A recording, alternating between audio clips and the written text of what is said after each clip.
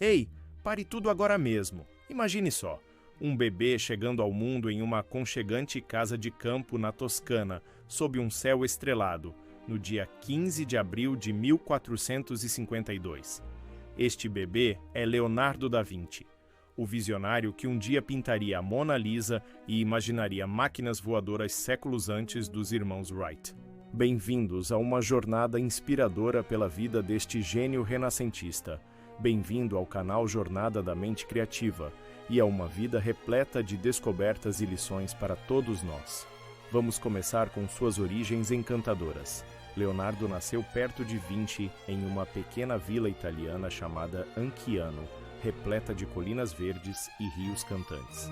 Ele era filho de um talentoso notário chamado Ser Piero e de uma mãe dedicada de origem humilde, Caterina. Desde pequeno foi acolhido pela família paterna, crescendo em um ambiente repleto de afeto e natureza. Essa infância simples, longe das salas de aula formais, foi o berço de sua infinita curiosidade. Sem lições rígidas, ele explorou o mundo ao seu redor, aprendendo por conta própria. Este foi o despertar da admiração. Leonardo aprendeu noções básicas de aritmética, leitura e escrita, incluindo seu estilo único de espelhamento, que ainda fascina os cientistas modernos por sua capacidade de estimular a criatividade. Ele chegou a dominar a lira, um instrumento musical que o acompanharia por toda a vida. Seu tio Francesco, um fazendeiro cheio de histórias, o incentivava a observar tudo, desde formigas marchando em fila até pássaros planando no céu. Foi lá que as sementes de sua paixão pela ciência e pela beleza natural foram plantadas. Você sabia? Com apenas 5 anos de idade, seus esboços de árvores capturavam padrões de crescimento em espiral, semelhantes à famosa sequência de Fibonacci, que só seria formalizada séculos depois. Isso nos ensina uma lição prática. A observação cuidadosa pode revelar os segredos do universo, assim como os grandes inovadores de hoje. Estudos botânicos recentes confirmam a precisão desses primeiros desenhos, inspirando designers modernos com padrões sustentáveis. O ambiente rural da Toscana, com seus vinhedos e riachos, era um laboratório vivo. Leonardo brincava de inventar, criando mini moinhos de água com gravetos que realmente funcionavam. Um fato incrível: um de seus esboços de infância antecipa as turbinas hidráulicas usadas na energia renovável atual, testadas em laboratórios ecológicos ao redor do mundo.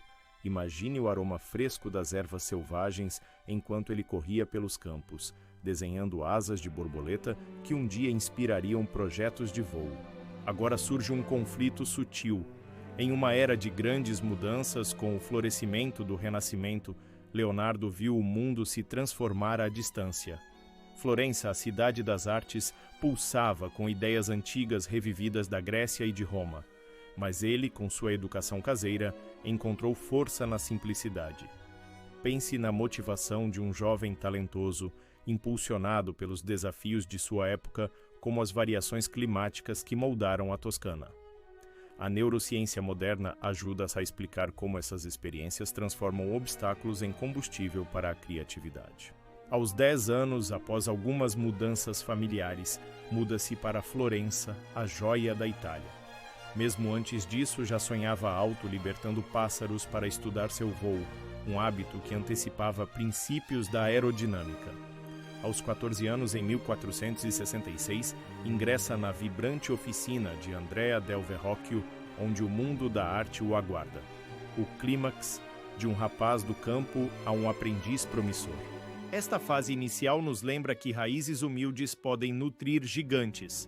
O que despertou sua curiosidade na infância? Compartilhe nos comentários e inspire outras pessoas. E prepare-se para mais surpresas à medida que nossa jornada continua. Agora, imagine entrar no coração agitado do Renascimento, Florença. Quando Leonardo chegou, não era apenas uma cidade de arte. Era um centro dinâmico, às vezes caótico. Imagine praças públicas lotadas, as piazze, onde os debates políticos ecoavam, e o mercado antigo, um palco vibrante para observar a natureza humana. Florença era uma cidade-estado, constantemente navegando por conflitos internos, guerras, pragas e fome.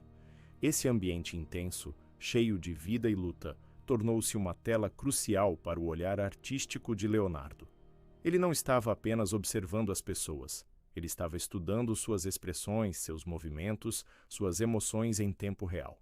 E quem detinha o poder nesta cidade vibrante? A família Médici. Eles ascenderam de origens agrícolas humildes para se tornarem os banqueiros mais poderosos da Europa. Mas sua influência ia muito além do dinheiro. Cosimo de Médici, um mecenas visionário, entendia que a arte era uma forma de poder e legado. Ele investiu pesadamente na cultura, financiando obras-primas como a magnífica cúpula da Catedral de Florença. Os Médici cultivaram relacionamentos com os maiores artistas da época, e Leonardo logo seria atraído para sua órbita. Esse mecenato criou o próprio ar que os gênios respiravam, permitindo que a arte e a ciência florescessem. Aos 14 anos, a vida de Leonardo mudou para sempre. Ele se tornou aprendiz na bottega, ou oficina, de Andrea del Verrocchio, o escultor e pintor oficial da família Médici. Esta não era apenas uma escola de arte, era uma potência criativa. Lá, Leonardo recebeu uma educação verdadeiramente multidisciplinar. Ele estudou pintura, escultura, fundição de bronze e até alvenaria. Mas não parou por aí. Ele também estudou matemática, engenharia e música.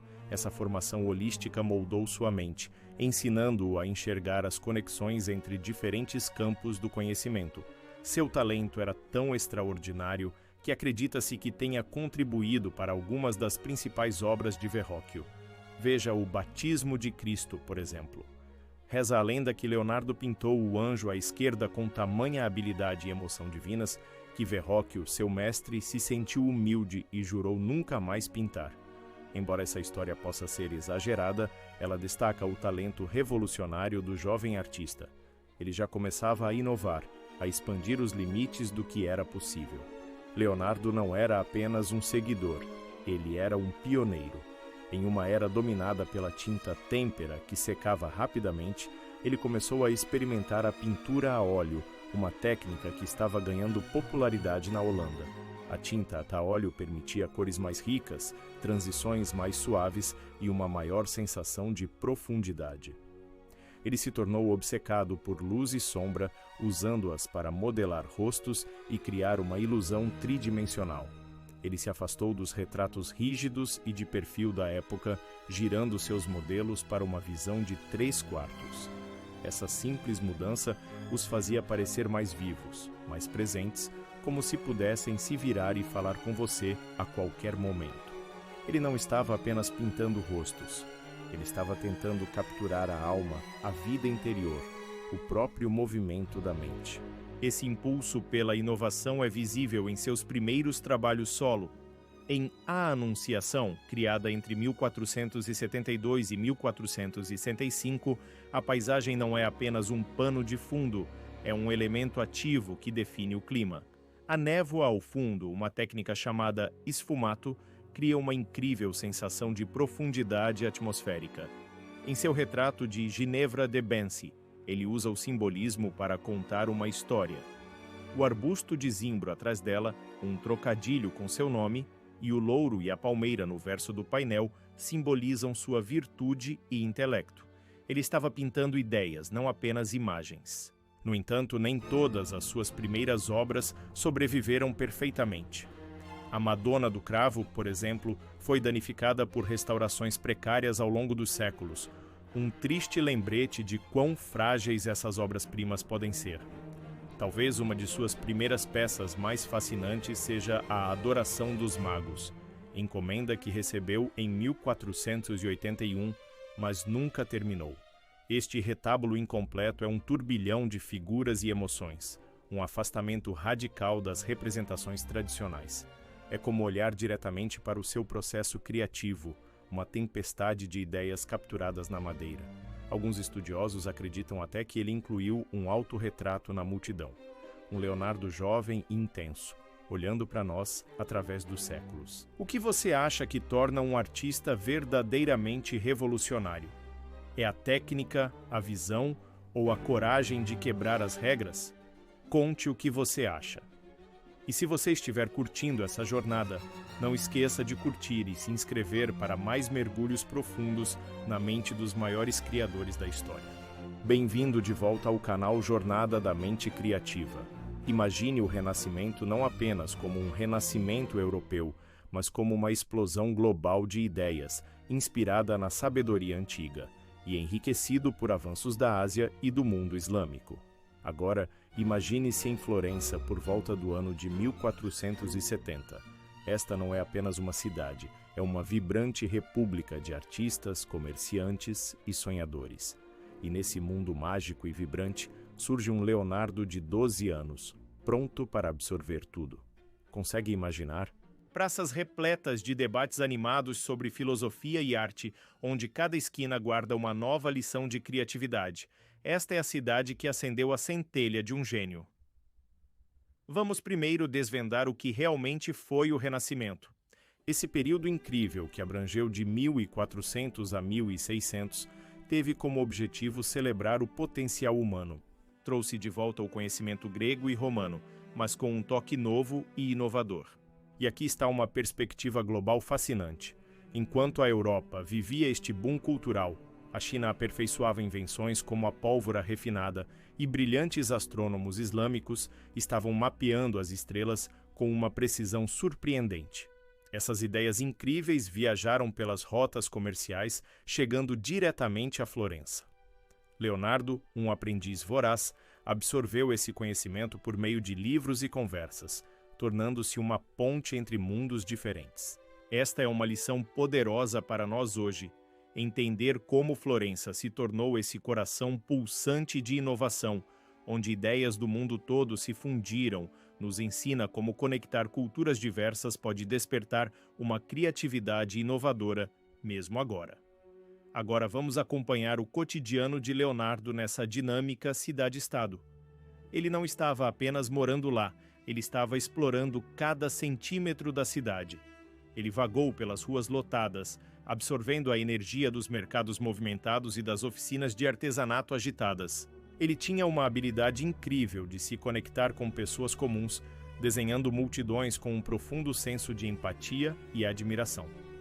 Essa observação aguçada não era apenas um hobby, foi a base que lhe permitiu capturar a própria essência da humanidade em suas futuras obras-primas.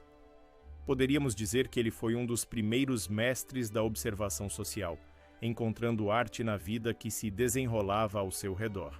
É claro que a vida em Florença nem sempre foi simples. A cidade enfrentou sua cota de desafios, debates políticos acirrados, invernos rigorosos e a constante ameaça de conflito. Mas esse ambiente não destruiu as pessoas. Ele forjou resiliência e ambição. Entra em cena a família Médici, verdadeiros visionários do seu tempo. Vindo de origens humildes e se tornando banqueiros poderosos, eles eram mais do que apenas ricos. Eram patronos das artes que viam os desafios como oportunidades. Pense nisso. Eles eram como os capitalistas de risco de hoje, investindo em sonhos que outros consideravam impossíveis. Cosimo de' Medici, por exemplo, financiou a icônica cúpula que desafia a gravidade da Catedral de Florença, uma maravilha da engenharia que se tornou um símbolo da ambição coletiva da cidade. Um jovem Leonardo, ainda um observador externo, teria olhado para aquela cúpula com absoluto espanto, vendo o que era possível quando o gênio encontrava a oportunidade. Imagine Leonardo passeando pelas praças públicas, onde antigas estátuas romanas pareciam sussurrar lições de harmonia e proporção perfeita. Não eram apenas caminhadas, eram sessões de estudo. Então, aos 14 anos, sua vida mudou para sempre. Ele entrou na Bottega, a oficina de Andrea del Verrocchio, o escultor e pintor oficial da poderosa família Medici. Este era seu bilhete dourado, a porta que se abria para o mundo da criação de elite. E aqui está um segredo fascinante. Algumas das primeiras notas sobreviventes de Leonardo contêm esboços matemáticos de estruturas como aquela famosa cúpula, sugerindo conceitos físicos séculos à frente de seu tempo. Ele não estava apenas aprendendo a ser um artista, ele estava aprendendo a ser um inventor, um engenheiro, um verdadeiro homem renascentista. De um menino curioso vagando pelas ruas a um aprendiz premiado em uma oficina de alto nível, a jornada de Leonardo em Florença foi verdadeiramente transformadora. Esta cidade não apenas o moldou, ela nos lembra que lugares vibrantes e cheios de ideias podem despertar o melhor de qualquer pessoa. Então, deixa eu te perguntar, qual cidade ou lugar desperta a sua criatividade? Deixe nos comentários abaixo. É aqui que faremos uma pausa por enquanto, mas a aventura está longe de terminar. Agora, vamos voltar direto à ação. Com apenas 14 anos, Leonardo entra na bottega de Andrea del Verrocchio. Consegue imaginar a cena? É um centro caótico e criativo. O ar está carregado com o cheiro de pigmentos, cera derretida e ambição crua. E de vez em quando, os próprios Médici podiam entrar pela porta. Não era uma escola, era um campo de treinamento para gênios. Leonardo aprendeu tudo aqui, desde pintura e escultura até fundição de bronze, alvenaria, matemática e até mesmo tocar lira. Este era um lugar onde arte e ciência não eram disciplinas separadas, elas eram uma e a mesma coisa. Seu treinamento era intenso. Um dia ele estava moendo pigmentos, no outro ajudando com projetos arquitetônicos. E não demorou muito para que seu talento extraordinário começasse a brilhar. Ele foi convidado a contribuir para a obra-prima de Verrocchio, o Batismo de Cristo. Leonardo pintou apenas um anjo, mas esse anjo mudou tudo. Era tão realista, tão cheio de uma luz suave e etérea, que supostamente fez com que seu mestre, Verrocchio, nunca mais quisesse pegar num pincel. Por quê? O anjo de Leonardo não era apenas uma figura, ele estava vivo. Ele usou sombras suaves e mescladas e capturou uma sensação de movimento natural que foi revolucionária. Este único anjo mostrou que uma nova era da arte estava surgindo e Leonardo estava liderando o movimento. As técnicas que ele desenvolveu naquele workshop redefiniriam a arte para sempre. Uma de suas maiores inovações foi a mudança da tinta têmpera para a tinta a óleo.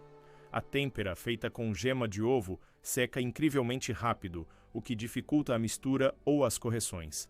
Mas a tinta a óleo, uma técnica aperfeiçoada por artistas na Holanda, mudou o jogo.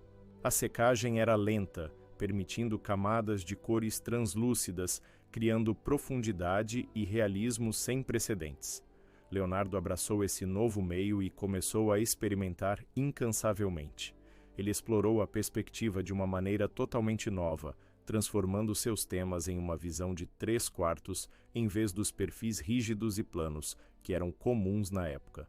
Essa simples reviravolta criou uma sensação de intimidade e profundidade psicológica nunca vista antes. Mas a busca de Leonardo pelo realismo foi ainda mais longe. Ele queria capturar não apenas a aparência das pessoas, mas também o que elas sentiam. Ele era obcecado pela emoção, pelas expressões fugazes que revelam nossos pensamentos mais íntimos. Isso o levou a uma prática não convencional e, para a época, radical: a dissecação.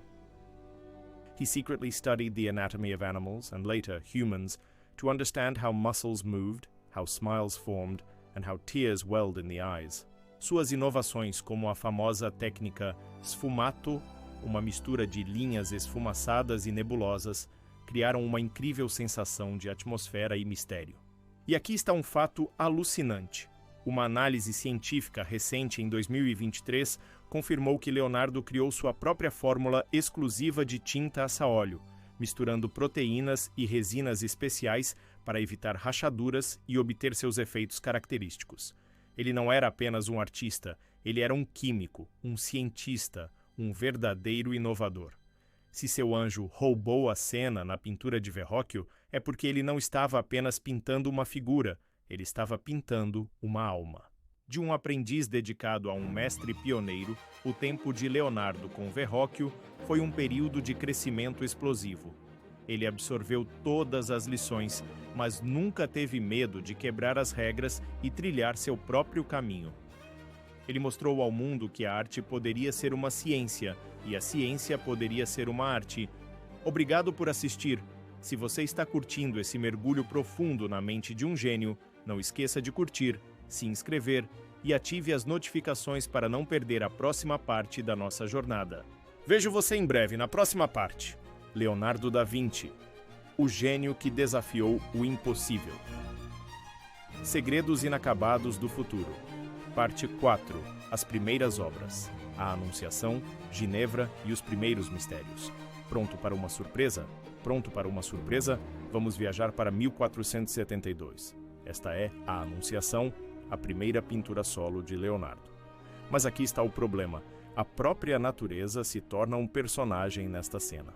Os lírios simbolizam pureza, claro, mas olhe mais de perto. O nível de detalhes científicos é impressionante. Ele pinta com perspectiva perfeita e usa sombras de uma forma que prediz a ótica moderna. Não era apenas arte, era ciência. Depois vem Ginevra de Benth. Reparou no arbusto de zimbro atrás dela? É um símbolo de proteção, mas também é um trocadilho com o nome dela. Teria sido uma encomenda secreta de um admirador? O mistério se aprofunda. Nossa jornada continua com a Madonna do Cravo. Ela foi danificada por restaurações desajeitadas, mas a emoção em seus olhos ainda é hipnótica. Você consegue sentir a conexão, não consegue? O clímax desse período inicial é a adoração dos magos.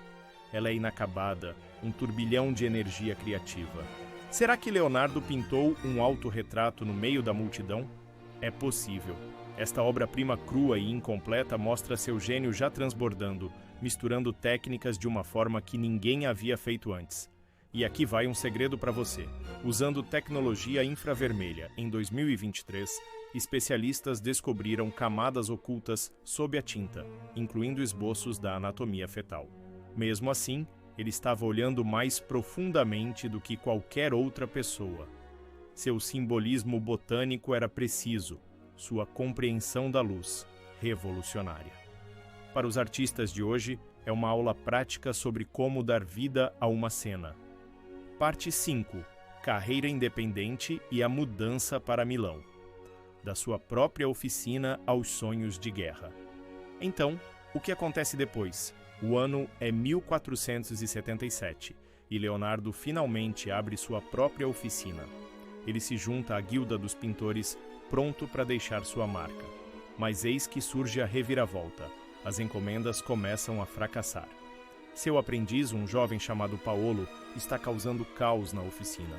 Um importante presépio para uma capela está abandonado e incompleto. A frustração está crescendo. Florence não estava preparada para a genialidade dele? Sua jornada toma um rumo dramático em 1481. Ele faz as malas e parte para Milão, não como pintor, mas possivelmente como músico. Ele chega à corte de Ludovico Sforza carregando uma impressionante lira de prata em forma de cabeça de cavalo. Mas aqui está o clímax. Ele rapidamente passa de músico da corte para engenheiro militar-chefe de Sforza. Ele não estava lá apenas para entreter, ele estava lá para inovar a guerra. A solução? Ele projeta máquinas de guerra aterrorizantes. Estamos falando dos primeiros protótipos de tanques, armas de vários canos e até lança-chamas. Simulações modernas realizadas em alguns estudos até 2025 testaram esses projetos e os consideraram surpreendentemente eficazes. Ele não era mais apenas um artista, ele era um projetista de armas, levantando questões éticas complexas sobre o papel do gênio em conflitos.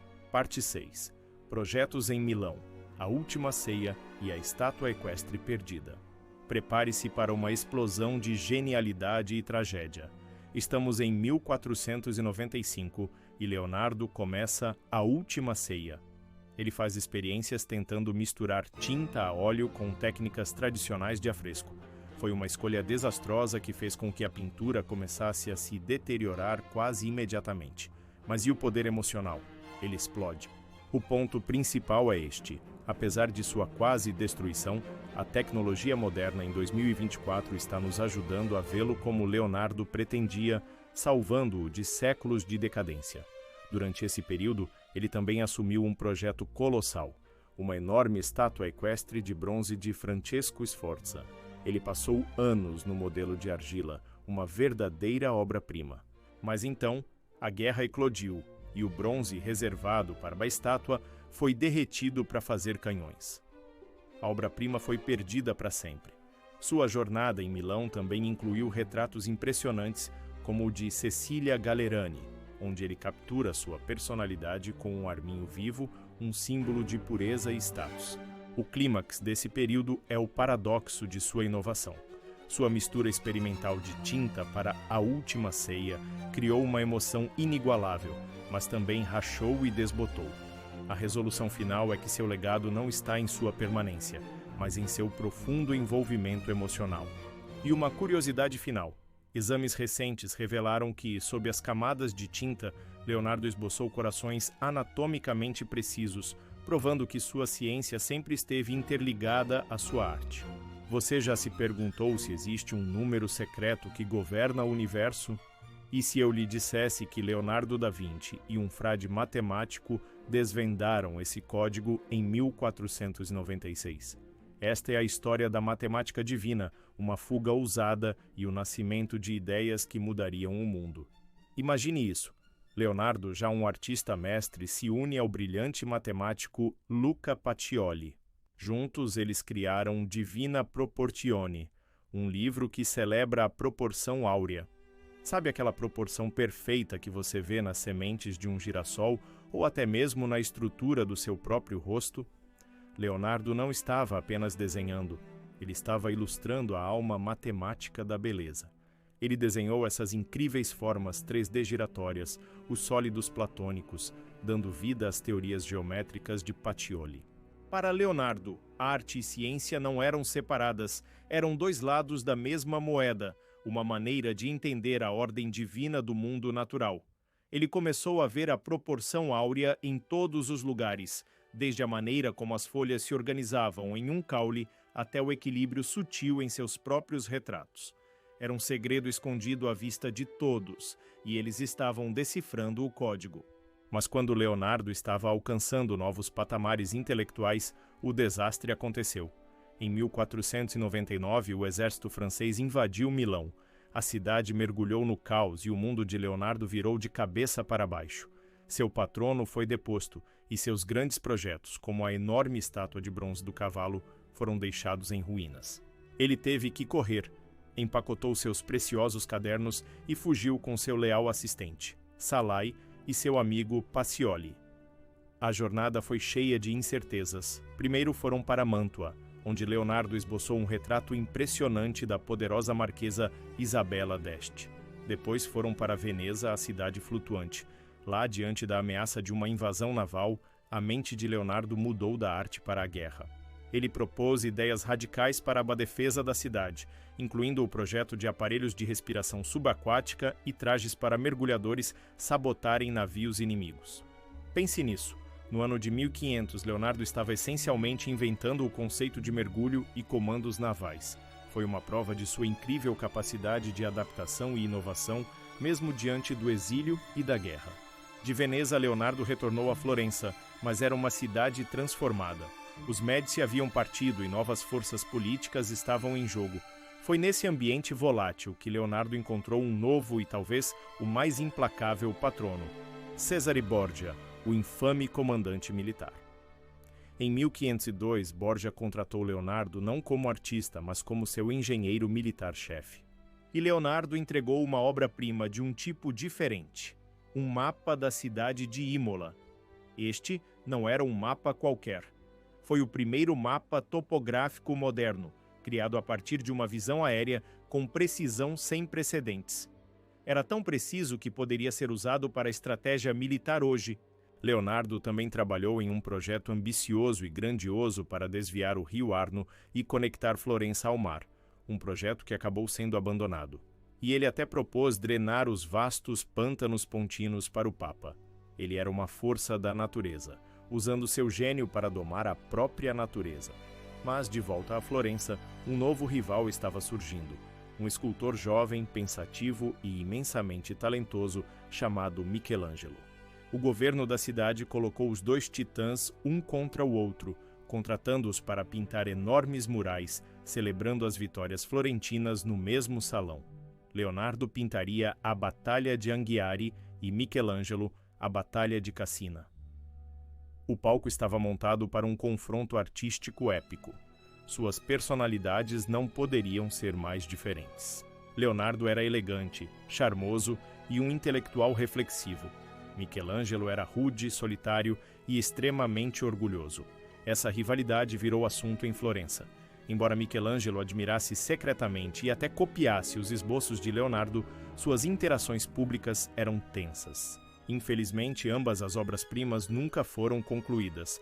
Leonardo experimentou uma nova técnica que fracassou e sua pintura se deteriorou. Michelangelo foi chamado a Roma pelo Papa. A Batalha dos Gigantes terminou empatada, deixando para trás apenas esboços tentadores e a lenda do que poderia ter sido. E então, em 1503, Leonardo começou uma pintura. Um retrato aparentemente simples da esposa de um comerciante florentino, Lisa Gherardini. Ou não?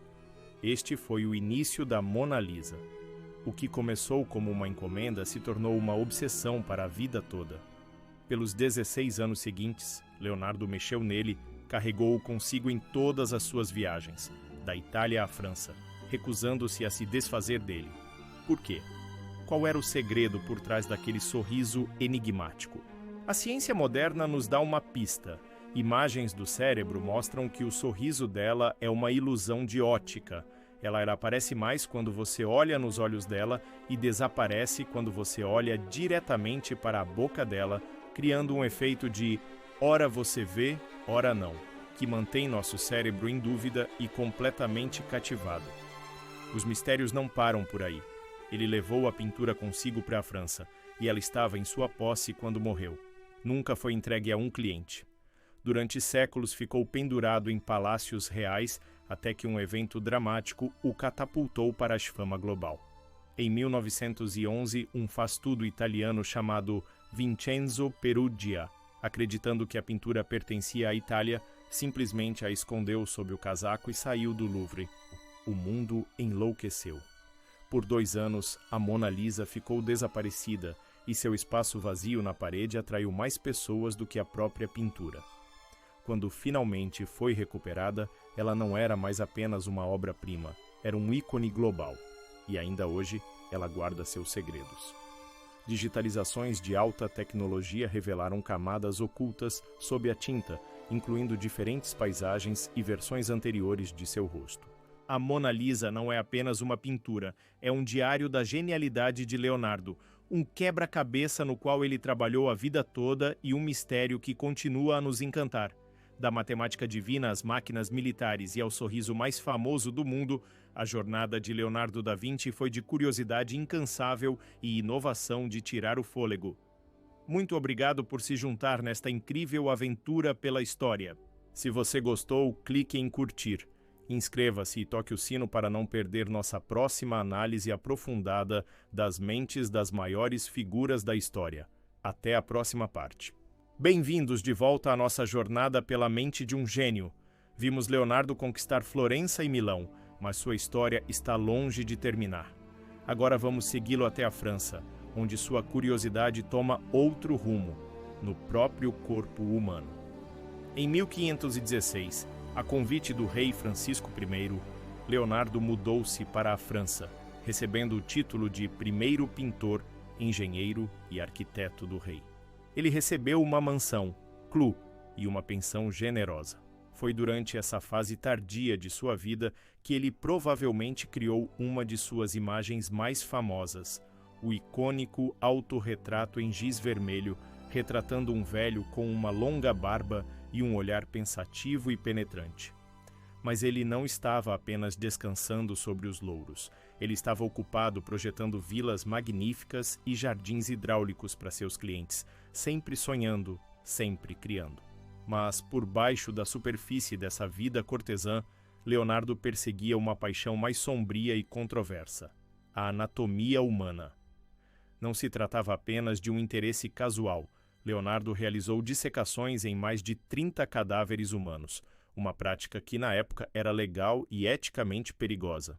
Seu objetivo? Entender a máquina humana de dentro para fora. Seus desenhos anatômicos, preservados na coleção Windsor, são de tirar o fôlego em sua precisão e detalhes. Um estudo de 2025 no PubMed confirmou a precisão surpreendente de seus desenhos fetais séculos à frente de seu tempo. Aqui está um segredo que tornou seu trabalho possível.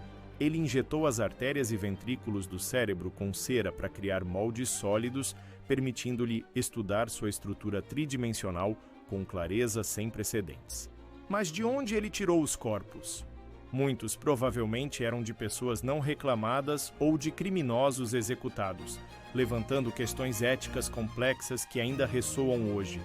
No entanto, essa busca, por mais sombria que fosse, era motivada por uma busca insaciável por conhecimento. Ele colaborou com o médico Marc Antônio Dalla Torre por volta de 1510, na esperança de publicar um tratado abrangente sobre anatomia. Embora o livro nunca tenha sido concluído, seus desenhos revolucionaram nossa compreensão do corpo humano, influenciando não apenas a arte, mas o próprio curso da medicina. Seus estudos detalhados das válvulas cardíacas, por exemplo, eram tão precisos que poderiam informar o projeto de válvulas artificiais modernas. Seu trabalho nos lembra que o verdadeiro conhecimento muitas vezes exige que enfrentemos verdades desconfortáveis, ultrapassando limites em nome do entendimento. Do funcionamento interno do corpo humano, o olhar de Leonardo se voltou para fora, para a própria terra sob seus pés. Por volta de 1508, enquanto caminhava nas montanhas, ele observou conchas fossilizadas e vida marinha incrustadas na rocha, a quilômetros do mar. Isso o levou a uma conclusão revolucionária. A superfície da Terra nem sempre foi como era. Ele teorizou que regiões inteiras já estiveram submersas, um conceito que antecede em séculos a tectônica de placas moderna. Ele via a natureza como a mestra suprema. E o que a natureza lhe ensinou, ensinou-lhe sobre voar. Seu fascínio por pássaros levou a inúmeros esboços e projetos de máquinas voadoras. O mais famoso é seu paraquedas, um desenho piramidal de 1485. Durante séculos foi apenas um desenho, uma fantasia, mas no ano 2000, um aventureiro construiu um modelo em escala real baseado nas especificações exatas de Leonardo e o testou com sucesso. Deu certo. O homem da Renascença projetou um paraquedas funcional 500 anos à frente de seu tempo. Sua genialidade em engenharia não se limitou ao céu. Ele era obcecado pelo poder da água, projetando canais para conectar Florença ao mar e propondo projetos ambiciosos para drenar os pântanos pontinos para o Papa Leão X. Ele entendia a água como uma força de criação e destruição. Essa profunda conexão com o mundo natural também influenciava sua arte. Você já notou os padrões espirais nas plantas, como o arranjo das sementes de um girassol? Leonardo estudou esses padrões, conhecidos como filotaxia, que estão ligados à proporção áurea. Ele viu a mesma harmonia matemática nas nervuras de uma folha, como na ramificação de um rio, um precursor da nossa compreensão da geometria fractal na natureza. Suas invenções não eram apenas sobre utilidade, elas eram sobre harmonia, sobre criar sistemas que funcionassem com a natureza, não contra ela. É uma lição de inovação sustentável que ainda estamos aprendendo hoje. Então, como sabemos de tudo isso? Sabemos porque Leonardo escreveu tudo. Ele deixou cerca de 20.000 páginas de anotações e desenhos, das quais cerca de 7.000 sobrevivem até hoje. Esses cadernos são uma janela para sua alma, repletos de tudo, desde esboços de máquinas voadoras e estudos anatômicos, até listas de compras e reflexões filosóficas. Seu famoso Trattato della Pittura, ou Tratado sobre Pintura, compilado a partir dessas notas após sua morte, argumenta que a arte é uma ciência, uma disciplina enraizada na observação rigorosa do mundo natural. Isso nos leva a um conflito central na vida de Leonardo, seu perfeccionismo. Ele deixou muitas obras-primas, como A Adoração dos Magos, inacabadas. Foi porque ele perdeu o interesse ou porque sua visão era tão impossivelmente grandiosa que a realidade nunca poderia igualá-la? Talvez essas obras inacabadas nos ensinem uma lição valiosa sobre o processo criativo. A jornada da criação é tão importante quanto o produto final. É sobre persistência, mesmo quando a perfeição está fora de alcance. Leonardo da Vinci morreu em 2 de maio de 1519, em Amboise, França. A lenda diz que ele morreu nos braços do rei Francisco I, uma prova da imensa fama que alcançou em vida. Embora seu túmulo tenha sido destruído durante a Revolução Francesa, seu legado é indestrutível. Ele é frequentemente chamado de homem renascentista, por excelência, um rótulo que parece preciso e insuficiente. Ele era mais que um pintor, mais que um inventor, mais que um cientista. Ele era um sintetizador, um homem que não via limites entre arte e ciência, entre o humano e o divino, entre o microcosmo e o macrocosmo. A curiosidade era o seu motor.